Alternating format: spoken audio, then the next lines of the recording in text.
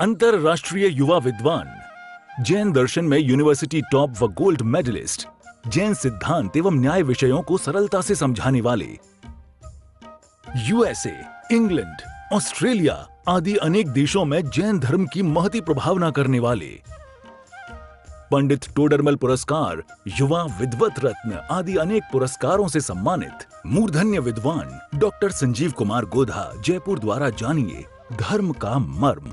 मुंबई के एक साधर्मी भाई की ओर से इन प्रवचनों का प्रसारण किया जा रहा है। नमो हरिहंताणम, नमो सिद्धाणम, नमो आयरियाणम, नमो अध्यायाणम, नमो लोये सव्यसाहुणम। ओकारं बिंदु संयुक्तं नित्यं ध्यायन्ति योगिनः, कामदं मोक्षदं चैव ओंकाराय नमो नमः।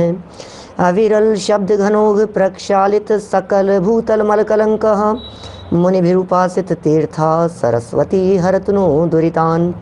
अज्ञानतिमिरान्धानां ज्ञानाञ्जनशलाकया चक्षुरुन्मिलितं येन तस्मै श्रीगुरुवे नमः। श्री परम गुरुवे नमः, परम्पराचार्य गुरुवे नमः। सकल कलुष विध्वंसकं श्रेयसां परिवर्धकं, धर्म संबंधकं भव्य जीव मनः प्रतिबोधकारकं, पुण्य प्रकाशकं पाप प्रणाशकमिदं शास्त्रं श्री संयम प्रकाश नामधेयम्। अस्य मूल ग्रंथ कर्ता रहे श्री सर्वज्ञ देवास, तदुत्तर ग्रंथ कर्ता रहे श्री गणधर देवास, प्रतिगणधर देवास, तेषां वचनानुसार मासाद्य आचार्य श्री कुंद कुंदामनाये, आचार्य सूर्य सागरेण विरचितं, श्रोतारः सावधानतया शृण्वन्तु। मंगलम भगवान वीरो, मंगलम गौतमो गणी, मंगलम कुंद कुंदाद्यो जैन धर्मोस्तु मंगलम। सर्वमंगल मांगल्यम सर्वकल्याणकारिकम, प्रधानम सर्वधर्माणां जैनम जयतु शासनम, जैनम जयतु शासनम, जैनम जयतु शासनम। संयम प्रकाश नामक यह ग्रंथ है और यहाँ विविध प्रकार के मतों की उत्पत्ति संबंधी अपना प्रकरण चल रहा था। बहुत ही सुंदर और मार्मिक व्याख्यान किया जा रहा है और विषय के संदर्भ में बतलाया जा रहा है कि आखिर ये अनेक प्रकार के मतांतर कैसे उत्पन्न हो गए, इन मतों की उत्पत्ति कैसे हो गई, आखिर ये मत ऐसे कैसे बन गए। इस संबंध में पहले तो 363 मतों की चर्चा की गई और 363 मतों की चर्चा के तुरंत बाद 5 प्रकार के मिथ्यात्व और बतलाए गए। विपरीत, एकांत, विनय, संशय और अज्ञान, इन पांचों का स्वरूप बतलाया और इन पांचों की उत्पत्ति की चर्चा चल रही थी। इस संबंध में सबसे पहले एकांत मत की उत्पत्ति के संदर्भ में चर्चा की, उसके बारे में कथा बतलाई कि कहाँ से शुरू हुआ होगा। फिर संशय मत की उत्पत्ति के संदर्भ में चर्चा की। इन दो की चर्चा कल हम कर चुके थे और आज 2-3 संप्रदायों की चर्चा और पूरी करके हम इस मतांतरों की चर्चा को पूरा करेंगे। फिर हम आ जाएंगे हमारे जैन संप्रदाय की चर्चाओं में। देखिए, बड़ी सुंदर बातें हैं, जानने योग्य बातें हैं। जिस रास्ते जाना नहीं उस रास्ते को भी जानना अवश्य चाहिए। कई लोग ऐसा कहते हैं, जिस रास्ते जाना नहीं उसे क्यों जाने, लेकिन जिनवाणी ये कहती है, बिन जाने ते दोष गुणन को कैसे तजिए गइए। बिना जाने दोषों को और गुणों को किसको छोड़ना है और किसे ग्रहण करना है, ये बात कैसे बनेगी। इसलिए भैया जानना सबको, जानने के बाद ही पता लगेगा कि क्या छोड़ने योग्य है और क्या ग्रहण करने योग्य है। छोड़ने योग्य और ग्रहण करने योग्य दोनों ही बातों को जानना चाहिए। विपरीत मत की उत्पत्ति, यहाँ से आज हम अपने प्रकरण को थोड़ा सा और आगे बढ़ाएंगे। बहुत सुंदर चर्चाएं हैं और बहुत सुंदर कथा है कि आखिर ये विपरीतता कहाँ से आ गई है, विपरीतता का जन्म कैसे हुआ है, ये विपरीतता किस प्रकार पनप जाती है, किस तरह से वृद्धिंगत हो जाती है।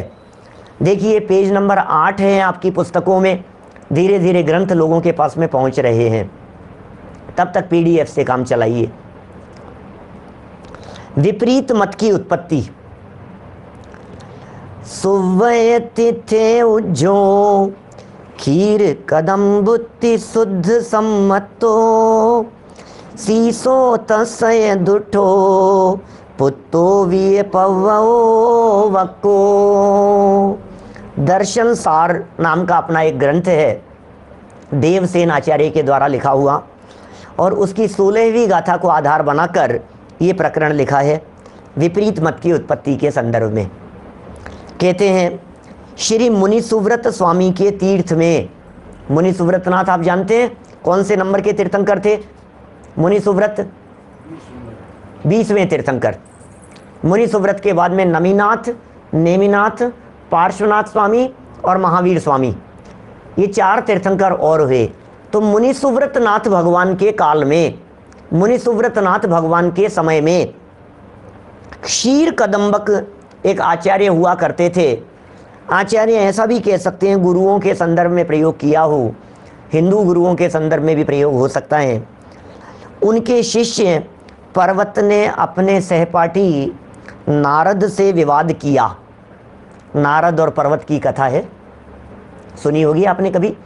नारद और पर्वत, राजा वसु के संदर्भ में वही कथा की चर्चा कर रहे हैं। ये आपने सत्य धर्म के संबंध में चर्चा करते समय अपने 10 लक्षण महापर्व के प्रसंग पर वच झूठ सेती नरक पहुंचा असुरग में नारद गया, ऐसी एक लाइन आती है ध्यानतराय जी की पूजा में। झूठ बोलने के कारण राजा वसु वो तो नरक में चला गया, और जो नारद था वो स्वर्ग में चला गया। ऐसा प्रश्न खड़ा होता है कि नारद और स्वर्ग में, ऐसा कैसे बात भाई वो नाम वाला नारद था। किसी का नाम नारद हो सकता है या नहीं? ये क्यों नहीं हो सकता है? 2 मित्र थे, एक का नाम था नारद और एक का नाम था पर्वत। गुरुकुल में पढ़ते थे आचार्य के यहाँ, गुरुकुल में पढ़ते थे। जो पर्वत था, ये पर्वत गुरु का ही बेटा था, और नारद जो था, ये नारद कोई ब्राह्मण था, दूसरा यहाँ अपने काम, शिक्षा प्राप्त होने के बाद में अपने काम से चला गया। और एक दूसरा था, वो था राजा का बेटा जिसका नाम था वसु, वो बाद में राजा बन गया। तो 3 नाम हो गए यहाँ पर याद रखने की दृष्टि से। क्या 8 नंबर पेज पर चर्चा चल रही है ना? पेज नंबर 8 पर संयम प्रकाश ग्रंथ। अभी देखिए क्या बात कह रहे हैं हम। 3 नाम हो गए यहाँ याद रखने योग्य। पहले नंबर का नाम हो गया, समझ लीजिए आप, नारद, दूसरा हो गया पर्वत, और तीसरा है वसु। ये 3 नाम हो गए। अभी ये कह रहे हैं यहाँ, पर्वत ने अपने सहपाठी से विवाद किया नारद से, और अज शब्द का अर्थ बकरा बतलाया। अज माने क्या होता है? हवन करने का प्रसंग चल रहा था, और गुरु का बेटा था, उधर से नारद आ गया, और ये हवन करने के प्रसंग में अजेर ष्टव्यम माने अज शब्द से हवन किया जाना चाहिए, अज के माध्यम से हवन होना चाहिए, ऐसा अर्थ था। अपने पद्म पुराण आदि ग्रंथों में इन बातों का विस्तार से वर्णन मिलता है, वहाँ से उस कथा को पूरा देख लेना चाहिए। अभी हुआ ऐसा, जब ये हवन में अज शब्द का प्रयोग हो रहा था, तो पर्वत ने ऐसा कहा कि भैया अज माने तो बकरा होता है, अज माने बकरा। क्या कुंतुनाथ जी का चिन्ह है ना अपने? क्या कुंतुनाथ जी का क्या चिन्ह है? बकरा। शांतिनाथ जी का हिरण, कुंतुनाथ जी का चिन्ह है अज। अज माने बकरा होता है। किसी भी देख लो आप, हिंदी की किताब में देखोगे तो आपको बकरा मिलेगा। तो उसने कहा भैया बकरे की बलि चढ़ाई जानी चाहिए, बकरे के माध्यम से हवन किया जाना चाहिए। अब पर्वत ने, इसने, नारद ने तो मना कर दिया, भैया नहीं नहीं, अज का मतलब ये नहीं होता। अज माने होता है पुराना धान्य। देखिए इसमें लिखा है, अज शब्द का अर्थ बकरा बतलाया, जबकि उसका अर्थ 3 वर्ष पुराना जौ है। 3 वर्ष पुराना जौ। तथा राजा वसु से भी इसी का समर्थन करवाया, और इस प्रकार यज्ञ में पशु हिंसा का विधान सिद्ध कर धर्म विपरीत हिंसा मार्ग को चलाया। देखिए बात क्या हो गई, आपस में झगड़ा चलने लगा। सुनना थोड़ी सी कहानी, 2 मिनट में पूरी करते हैं, फिर आगे बढ़ेंगे। सुनिए, नारद ने ये कहा कि भैया ये जो है ना, ये तो पुराना धान्य होता है। पर्वत ने कहा नहीं नहीं नहीं, बकरा होता है। तो बोले आपस में विवाद हो गया। बोले जो व्यक्ति गलत बोल रहा होगा उसकी जबान काट दी जाएगी। शर्त लग गई, बात बढ़ते बढ़ते इतनी आगे तक निकल गई। बोले निर्णय कौन करेगा? बोले निर्णय करने के लिए अपना एक और मित्र था वसु, वो राजा बन गया है, उससे जाकर के अपन निर्णय कर लेंगे। बोले ठीक है, कल एक निश्चित समय पर, निर्धारित समय पर अपन वहां मिलते हैं और राज दरबार में राजा वसु से पूछ लेंगे। वसु बहुत प्रसिद्ध था ईमानदारी के लिए, न्याय के लिए। ठीक है, अब ये पर्वत अपने घर पर गया और अपनी माँ से कहा, गुरु माता, उनसे कहा, पिताजी तो रहे नहीं थे, कि मामा मैं ऐसा करके आया हूँ और ऐसा हमारा विवाद हो गया था। माँ ने कहा कि बेटा, अज शब्द का अर्थ तो पुराना जौ, पुराना धान्य ही होता है। ज माने जिसका दोबारा जन्म न हो सके ऐसा धान्य। ज, दो अर्थ है ना, दो शब्द, दो अक्षर है ना इसमें, अज में। और ज माने जन्म और माने नहीं, रहित। जिसका जन्म नहीं हो सके ऐसा पुराना धान्य, वो अज कहलाता है। तो माँ अब तो मेरी जबान कट जाएगी, मैं क्या कर सकता हूँ? बोले बेटा क्या करें, अब तो ये तो मुसीबत हो जाएगी, तू तो गलत कर आया है, कि माँ अब आप ही बचा सकती हो।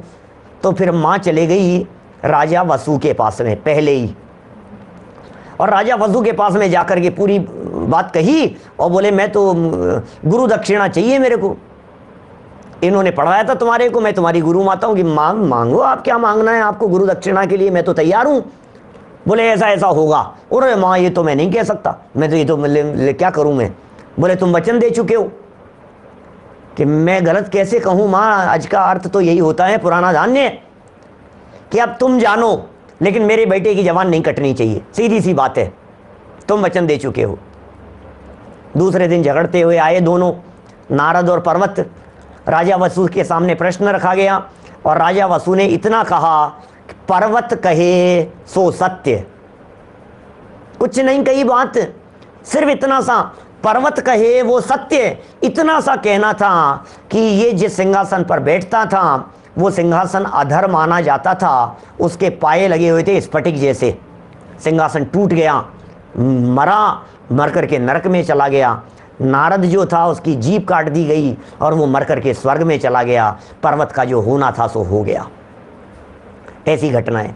उसके बाद से, उस समय से राजा वसु के एक गलत डिसीजन से, क्या एक गलत डिसीजन से परंपरा चल गई, यज्ञ किया जाए तो उसमें बलि चढ़ाई जानी चाहिए। देखिए आप भाई साहब, किसी भी एक विषय के संदर्भ में किसी एक वक्ता के माध्यम से दिया गया स्टेटमेंट कितना बड़ा अनर्थ करने में समर्थ हो सकता है। बलि प्रथा का प्रारंभ हो गया, हिंसा में धर्म मानने की शुरुआत हो गई। ये विपरीत मत की शुरुआत इस प्रकार से हुई है, ऐसा ये यहाँ दर्शन सार में ये प्रकरण दिया गया है। देखिए, भाव संग्रह में विपरीत मत के प्रवर्तक ब्राह्मण बतलाए हैं। उसका कथन निम्न प्रकार है। भाव संग्रह में कुछ और गाथा दी है। 9 नंबर पेज पर देखिए आगे क्या कहते हैं। आज तक ये परंपरा चल रही है भाई साहब, क्या बताएं। मारीची के द्वारा चले गए 363 मत, ये साक्षात महावीर स्वामी भी मिटाने में समर्थ नहीं हो सके, जो बाद में महावीर स्वामी बन गए। 9 नंबर पेज पे देखिए। मन्नई जलेण शुद्धिम तिथिम मनसेण पिय खगस पशु कय वहेण सगम धम्मम गोजोणि फासेण। विपरीत मत के संदर्भ में ही और क्या बातें कही है। ब्राह्मण जल से, माने गंगादि तीर्थों में स्नान से, ये तो जल से आत्मा की शुद्धि मानते हैं। अरे भैया हरिद्वार जाकर के हर की पेड़ी पर वहाँ पैर धोए आओ, वहाँ जाकर के नहाया आओ, गंगा में जाकर के स्नान करे आओ, वो उससे आत्मा की शुद्धि मानते हैं। ऐसे ऐसे कहते हैं, राम तेरी गंगा मैली हो गई, पापियों के पाप धोते धोते हैं। भैया ये तो, यदि इससे पाप धुलने लगे तो ये गंगा की महिमा नहीं है, अपितु लोगों को पाप करने के लिए प्रेरणा देने वाली स्थिति बन जाएगी। थोड़ा गंभीरता से विचार करना चाहिए भाई साहब। यदि वहां जाने से पाप धुलने लग जाएं तो फिर सारे अपराधी लोग साल भर अपराध करें और साल में एक दिन वहाँ जाकर के स्नान करे आएँ, उन्हें सारे पापों से मुक्ति मिल जाएगी। ऐसी बात कैसे बनेगी? विचारणीय बात है। श्राद्ध में मांस भोजन कराने से पितरों की तृप्ति होती है। लो, श्राद्ध होता है ना, श्राद्ध क्या करते हैं ये लोग? जिस दिन जो व्यक्ति मरा हो, क्या जिस व्यक्ति का जिस दिन मरण हुआ हो, उस दिन उस व्यक्ति के नाम से आप यज्ञ कराओ, हवन करवाओ, कुछ दान पुण्य करो, तो वो उससे उसको पहुंच जाता है वो। तो ऐसा मानते हैं, इस तरह का श्राद्ध। और फिर वो पिंड दान वगैरह भी, इस तरह की स्थितियां हैं सब। पितरों की तृप्ति होती है। पितर मतलब मर करके जो देवी देवता बन गए हैं उन्हें पितर कहा जाता है। यज्ञ में पशु हवन करने से स्वर्ग की प्राप्ति होती है। यज्ञ में पशु हवन करो, स्वर्ग मिलेगा। गाय की योनि का स्पर्श करने से धर्म मानते हैं। देखिए सारी बातें कहाँ लिखी है, ये नीचे फुटनोट में लिखा है। इस प्रकार का कथन वैष्णव धर्मानुयायियों की मनुस्मृति नाम की पुस्तक के 5वें अध्याय में आया है। माने मनुस्मृति में इस प्रकार का कथन आया है, ऐसे कथन की चर्चा है। चलिए, ये बात हुई विपरीत मत की उत्पत्ति के संदर्भ में। कुछ और आगे बढ़ते हैं। वैनयिक मत की उत्पत्ति। वैनयिक माने विनय, विनयवादियों की उत्पत्ति किस प्रकार हुई?